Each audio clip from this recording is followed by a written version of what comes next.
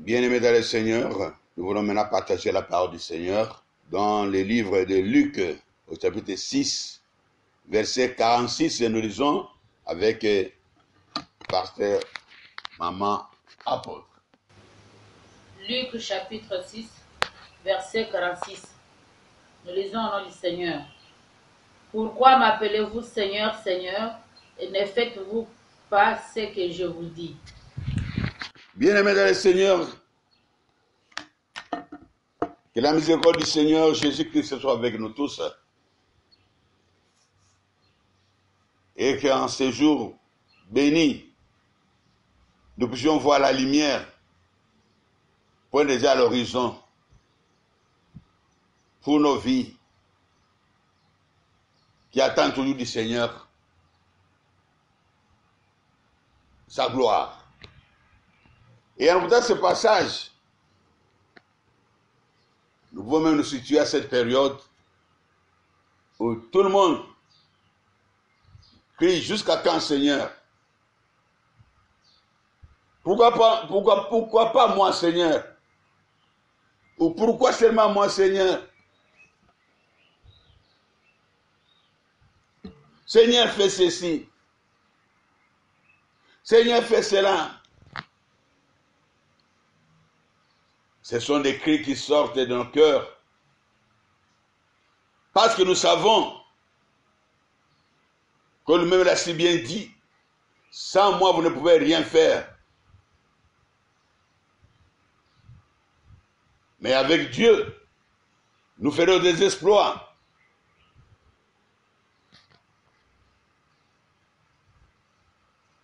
Nous crions à chaque instant, à tout bout des champs.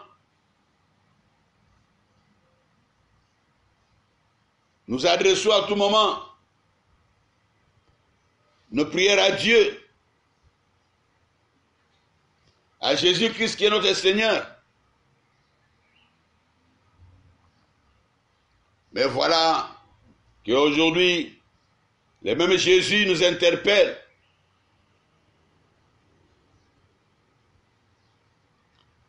D'une façon claire et nette.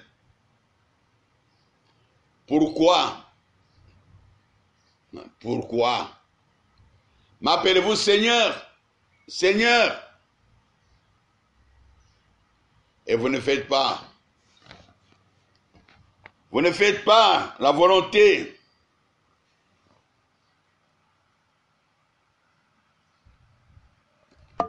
ma volonté. Vous ne faites pas ce que je vous dis.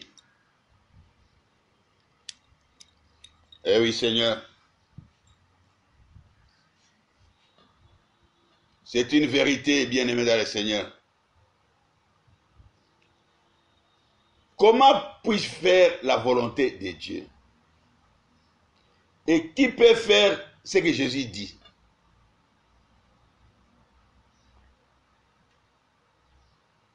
Voilà des questions que nous pouvons nous poser pour comprendre le pourquoi de ces versets.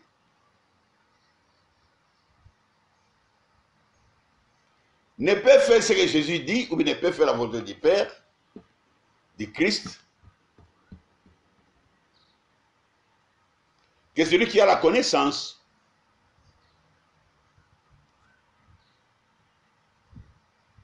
Voilà pourquoi Jésus a déclaré dans Osée 4:6, mon Père périt faute de connaissance.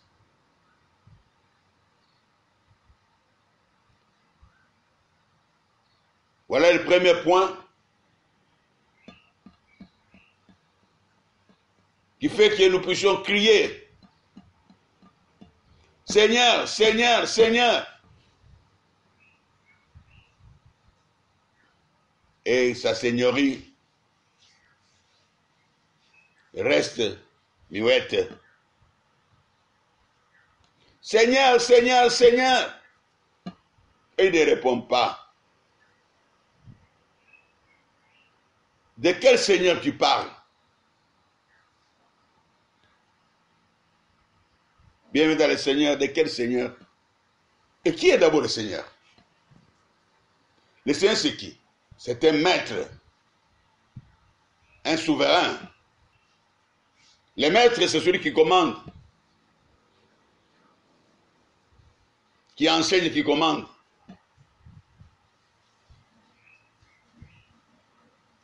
Le maître, c'est celui qui dirige. Comme à l'école, vous avez un maître enseignant.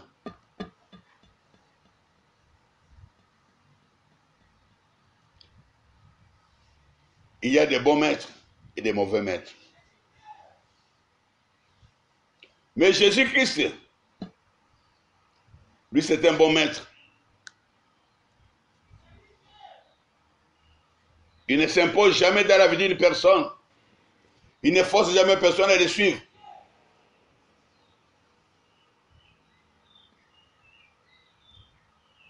Comme je l'ai toujours dit, notre Dieu, par son esprit, il est gentleman. Il ne force jamais. Il dit ceci, je me tiens à la porte et je frappe. Si quelqu'un entend ma voix, si, c'est conditionnel. Si quelqu'un entend ma voix et ouvre alors j'entrerai. Il ne force personne. Il ne te force pas de devenir ton maître ou ton Seigneur.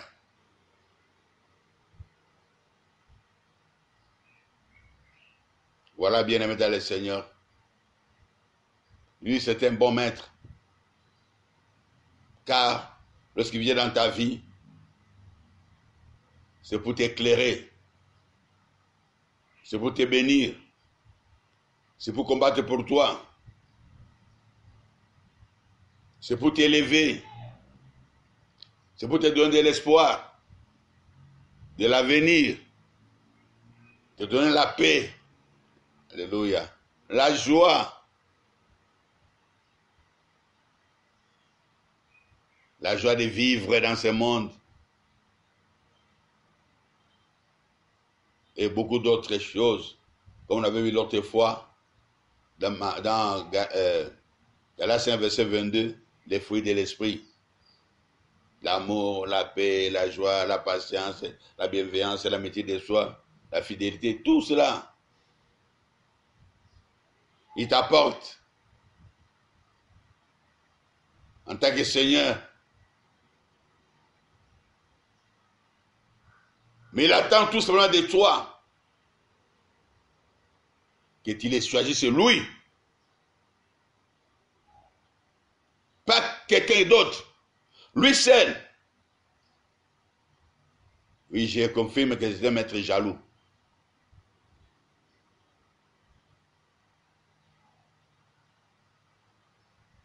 Il est jaloux de toi lorsque tu acceptes de lui appartenir. Il n'aime jamais partager son amour. Parce que son amour est tellement si grand qu'il ne pourra jamais le partager avec quelqu'un d'autre. Il est l'unique dans son genre. Voilà le Seigneur que nous invoquons matin soir.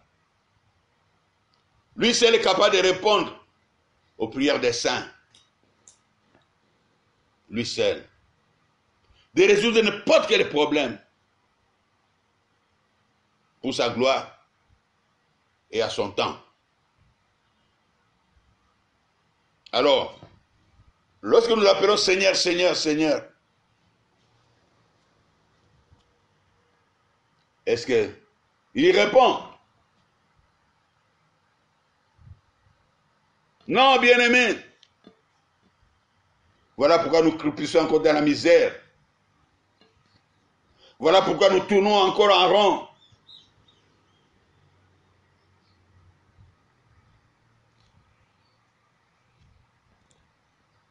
J'ai dit un parce que nous ne les connaissons pas, l'ignorance.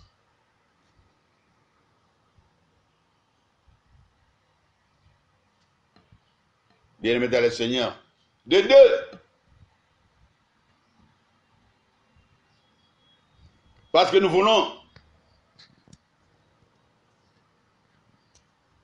être des deux côtés. Nous voulons manger des deux côtés. Clocher des deux côtés.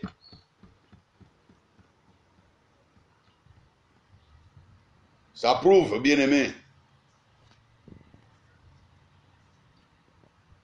qu'il ne pourrait jamais être notre Seigneur. Pourquoi cela, bien-aimé? Parce que tout simplement, la Bible déclare que nous devons faire notre choix. La vie ou la mort. La bénédiction ou la malédiction. Et là, nous voyons, il y a la lumière et les ténèbres. On ne peut jamais être des deux côtés. Si on est des deux côtés, cela veut dire que des deux côtés, on tire un intérêt quelconque. Donc on n'est pas encore sorti totalement des ténèbres. On va du côté de la lumière quand ça nous arrange. On va du côté des ténèbres quand ça nous arrange. Mais tout chrétien sait, lorsqu'on accepte Jésus-Christ comme Seigneur Sauveur, il y a une formule. On ne peut pas passer en dehors de cette formule, à côté de cette formule. Nous déclarons toujours, viens dans ma vie, sois mon Seigneur et mon Sauveur. Ou je t'accepte comme mon Seigneur et mon Sauveur. On commence toujours par mon Seigneur. Le Sauveur vient en deuxième lieu.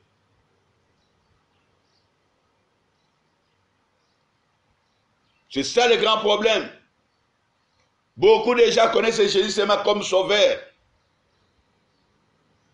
Veulent de Jésus seulement, de Jésus Sauveur. Mais ils ne connaissent pas le Jésus Seigneur et ils ne veulent pas de Jésus Seigneur. Parce que le Jésus Seigneur, c'est le rabat-joie dans le monde. Pour eux. Je dis bien pour eux. Jésus Seigneur les empêche de faire leur propre volonté. Parce qu'ils ont encore envie de faire leur propre volonté. Jésus Seigneur les empêche, c'est l'obstacle dans leur orgueil. Parce qu'ils veulent prouver encore ce qu'ils sont. Mais celui qui accepte le Jésus Seigneur, c'est celui qui accepte de s'humilier. Oh, l'humilité, Seigneur, c'est le seul sentiment que peut avoir un chrétien.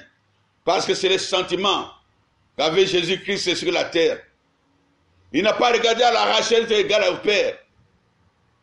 Il s'est dépouillé de sa divinité.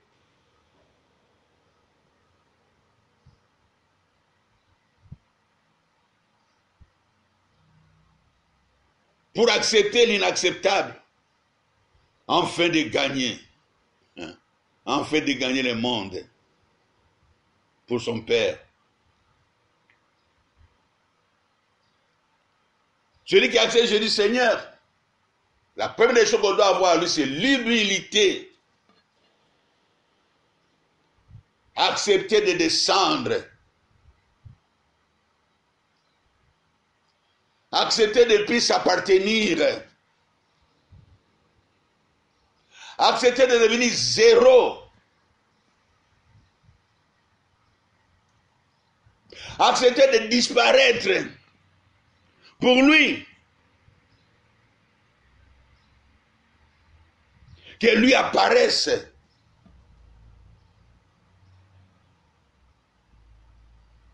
C'est ça, bien-aimé.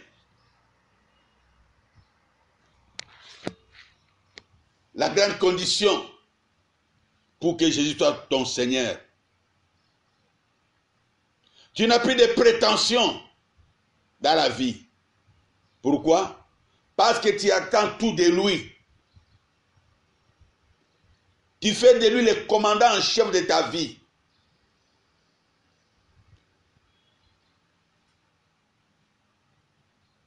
Est-ce que tu peux faire de Jésus ton commandant en chef aujourd'hui, pour toute ta vie? Tu peux laisser la place de décider à Jésus-Christ pour ta vie?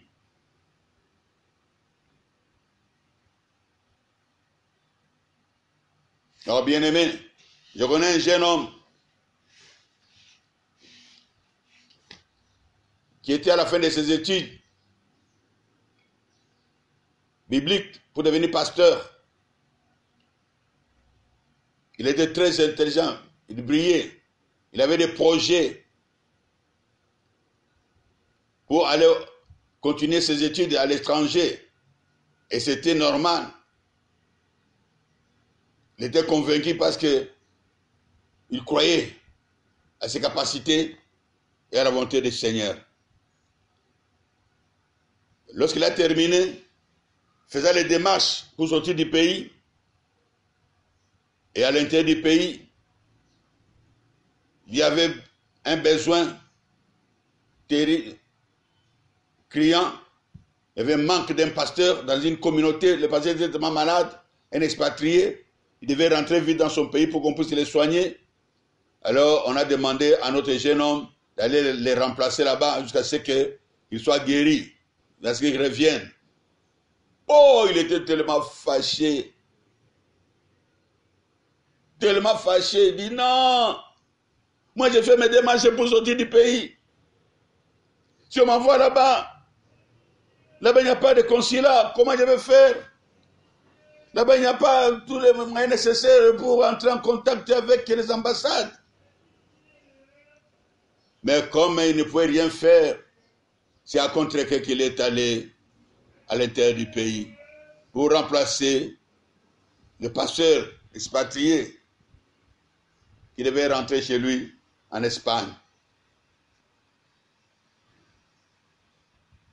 Et voilà, arrivé là-bas, fait la reprise et la remise avec le pasteur blanc qui lui montre tout ce qu'il devait faire et il est parti. Il regrettait toujours pourquoi mon temps, je perds mon temps ici. Mais il faisait bien son travail quand même. Il avait son travail comme il se devait. Et il s'est dit, bon, c'est pas grave. Tout concourt au bien de ceux qui aiment Dieu. Peut-être que ce n'est pas encore le temps pour aller. Mon temps viendra. C'est pour ça qu'il s'est consolé. Il a fait son travail comme il fallait, comme il se devait. 2 ans après, le pasteur espagnol revient pour récupérer sa place. Il trouve que le jeune garçon a fait un bon travail, puisque quand lui-même était là. Oh, il a félicité le jeune homme. Ça vraiment, vraiment, merci beaucoup. Il fallait que je tombe malade pour que je puisse découvrir tes méthodes. Comment tu fais? Moi, des fois, je me trouvais dans des difficultés pour toi. J'ai compris. Merci beaucoup parce que le jeune homme lui a expliqué tout ce qui s'est passé. Et le pasteur espagnol lui dit, en récompense de ce que tu as fait, je reçois tous les 5 ans 2 bourses pour aller étudier aux États-Unis, dans ma paroisse ici. Et j'avais laissé 2 bourses quand j'étais malade. Alors pour te récompenser, j'ai appris que tu as le projet d'aller étudier à l'extérieur. Et voilà, je te donne la bourse pour aller étudier aux États-Unis. Le garçon a dit, mais ce n'est pas possible. Je voulais faire ma volonté à Kinshasa. Et pourtant, ça allait m'amener à étudier seulement au Nigeria. Mais voilà que Dieu, dans sa miséricorde, dans sa bonté, dans sa seigneurie, avait déjà planifié pour moi les États-Unis. Et c'est comme ça que les jeunes m'avaient une bonne leçon du Seigneur Jésus-Christ qui il est. Il peut faire mieux que ce que toi tu penses. Il peut agir au-delà de tes pensées. Si tu les laisses prendre la décision sur ta vie, sur ton avenir, laisse Jésus soit le Seigneur de ta vie pour le mariage. Le Seigneur de ta vie pour le travail que tu dois faire. Et pour l'habitation. Toi qui décides toujours, il y a 3 points qu'un chrétien doit toujours laisser au Seigneur. Dans sa vie d'adulte, Un, sur le plan de mariage, laisse le Seigneur décider sur ta vie. Sur le mariage, sur les choix. Deux, sur le travail à faire dans la vie. Laisse le Seigneur t'orienter à faire le travail que lui sait qui doit t'amener dans la paix. Trois, les lieux d'habitation. Laisse le Seigneur décider sur toi qui te montre où tu dois habiter. Qui décide à ta place. Il y en a beaucoup, mais ces 3 points sont essentiels dans la vie d'une personne pour réussir, pour avoir la paix.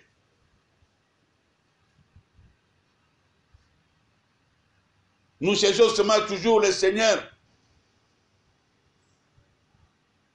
Lorsque nous avons besoin de lui comme sauveur, je disais, nous sommes toujours Jésus-Christ. Lorsque nous avons besoin de lui comme sauveur. Le sauveur, oui, il est là pour nous sauver, pour sauver le monde entier de l'ennemi. Mais pour qu'il soit le vrai sauveur, laisse-le d'abord soit le véritable Seigneur. Parce que s'il n'est pas le véritable Seigneur, tu vas te débattre avec lui. Tu vas discuter avec lui. Tu vas dire non, ici pas comme ça, ici pas comme ça. Mais s'il est Seigneur, il fera son travail comme si tu es amnésique. C'est comme un médecin. Pour qu'il puisse bien te soigner, t'opérer, on doit te mettre l'anesthésie. Comme ça, tu ne pourras plus te débattre. Il est Seigneur maintenant de ta vie. Il peut faire de ta vie ce qu'il veut. Mais si on ne te met pas l'anesthésie, eh non, pas ici, eh non, pas là-bas, eh non, eh moi ça fait mal, tu vas crier, tu vas faire n'importe quoi. Tu vas l'empêcher de faire le travail. Laissons-le qu'il soit d'abord Seigneur pour qu'il soit sauveur. Oh Seigneur, viens m'aider. Seigneur, ça ne va pas. Coronavirus ici, coronavirus là-bas. Oh bien-aimé, il y a corona, bien sûr. Mais il y a un sauveur. Il y a un sauveur qui a pris toutes les maladies. Il s'est chargé de toutes les maladies. Aucune maladie ne peut résister, ne pourrait jamais résister. Parce qu'il a pris toutes les maladies à la croix du mont Golgotha. En tant que Seigneur. Il est venu pour te sauver. Parce que la Bible déclare que dans Philippiens chapitre 2, quand vous lisez dans Philippiens chapitre 2 verset 9, la Bible déclare, c'est un verset que je te recommande bien aimé, chaque matin, de lire ce passage, parce que c'est un passage qui nous encourage de voir que nous ne sommes pas seuls. Il y a quelqu'un qui est là pour toi, pour moi. C'est pourquoi, Philippiens 2, verset 9, c'est pourquoi aussi Dieu l'a souverainement élevé et lui a donné les noms qui est au-dessus de tout nom. Verset 10, afin qu'au nom de Jésus, tous genoux fléchissent dans les cieux, sur la terre et sous la terre. Je ne connais pas le nom de ta maladie. Je ne connais pas le nom de ce qui te fait souffrir. Dans les cieux, sur la terre et sous la terre. Et que toutes les langues confessent que Jésus, Christ, Jésus, Christ, le Fils de Dieu vivant, l'envoyé, est Seigneur à la gloire de Dieu le Père. Que toutes les langues confessent que Jésus-Christ est Seigneur à la gloire de Dieu le Père. Oui, il est sorti du tombeau libre et vainqueur. Il est sorti du tombeau en tant que Seigneur. Parce qu'il a tout vaincu. Dans ton problème, laisse le Seigneur être Jésus-Christ être le Seigneur. Laisse qu'il soit le Seigneur de ta vie. Et tu verras ta maladie partir. Et tu verras le Sauveur. Laisse Jésus être ton Seigneur et tu verras les sauveurs. Tant que Jésus n'est pas ton Seigneur, les sauveurs, tu ne les verras pas. Voilà pourquoi je t'invite, bien-aimé. Maintenant là, à faire de Jésus-Christ ton Seigneur. Et toi qui ne l'as pas encore reçu dans ta vie, toi qui écoutes ce message aujourd'hui, Permets que Jésus soit ton Seigneur et ton Sauveur. Commencez par Seigneur. Le Sauveur vient sans problème. Mais le Seigneur, il y a toujours une condition. Il faut les connaître. Il faut accepter l'anesthésie. Et alors, en tant que Seigneur, Sauveur, là, c'est en lui. Il ne veut jamais voir un malheureux. Quand un malheureux crie, il vient. Mais que ce malheureux soit d'abord amnésique. Un véritable enfant de Dieu. Qui se soumet à la volonté du Père. Et celui-là verra la gloire de Dieu partout. C'est ce qu'il a dit à Marthe. Si tu crois, tu verras la gloire de Dieu. Prions, bien-aimés. Toi qui as déjà accepté Jésus-Christ comme Seigneur et Sauveur, renouvelle ton engagement. On accepte Jésus-Christ une seule fois dans la vie. Mais on peut renouveler plusieurs fois. Ce n'est pas un problème, ce n'est pas un péché. Mais toi qui ne l'as pas encore accepté, tu fais cette prière avec moi pour la première fois. Et Jésus-Christ sera ton Seigneur et ton Sauveur. Prions au nom de Jésus-Christ. Seigneur Jésus, je viens à toi. Oh. Tel que je suis. Avec mes péchés.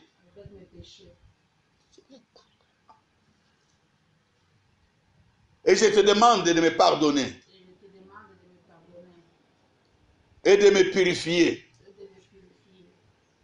Avec ton sang. Seigneur Jésus. Je t'accepte aujourd'hui. Dans ma vie. Comme mon Seigneur. Et mon Sauveur. Montre-moi ton amour, Seigneur Jésus. Et ton plan merveilleux pour ma vie. Dirige ma vie, Seigneur. Éclaire ma vie, Seigneur.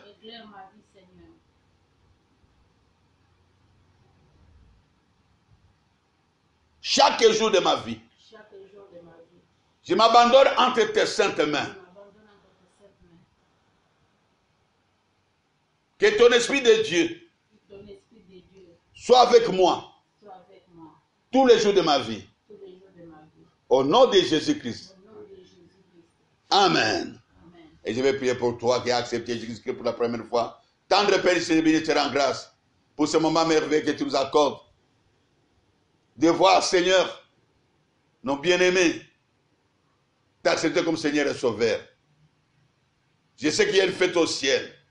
Lorsqu'il y a une seule âme qui est sauvée et qui a la joie au ciel et dans la vie de ton enfant qui vient de t'accepter. Il a choisi la vie de la paix. Il a choisi la vie de Dieu, la vie éternelle. Et que cela, Seigneur, nous soit imputé en justice toutes les fois que l'ennemi viendra pour s'attaquer à sa vie, qu'il soit marqué sur son front, qui t'appartient à cause du sang qui est appliqué sur chacun de nous. Que toute la gloire te revienne et que ta protection s'en suive. Au nom de Jésus-Christ, nous avons supplié, Père, et nous en tous. Amen. Amen.